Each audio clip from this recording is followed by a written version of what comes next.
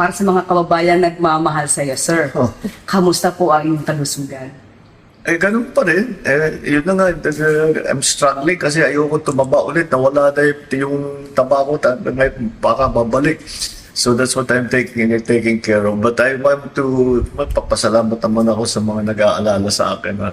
Huwag niyo pong masyadong siniseryoso. Alam mo naman ang social media, palabiro yan eh. At wala po tayong problema. I'm back to my regular exercise. I've been back to my regular routine for the last 3 months na ito na patuloy lang yung aking ginagawa. Watching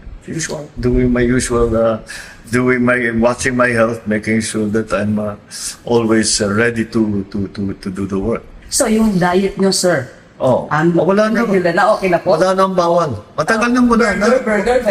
More than 1 month na akong walang bawal. Actually, wala naman talagang bawal. Marami lang suggestion na iwasan mo itong ganito, iwasan mo yung masyadong mantikain. Pero wala na yun. Hindi ko na masyadong iniisip na yun.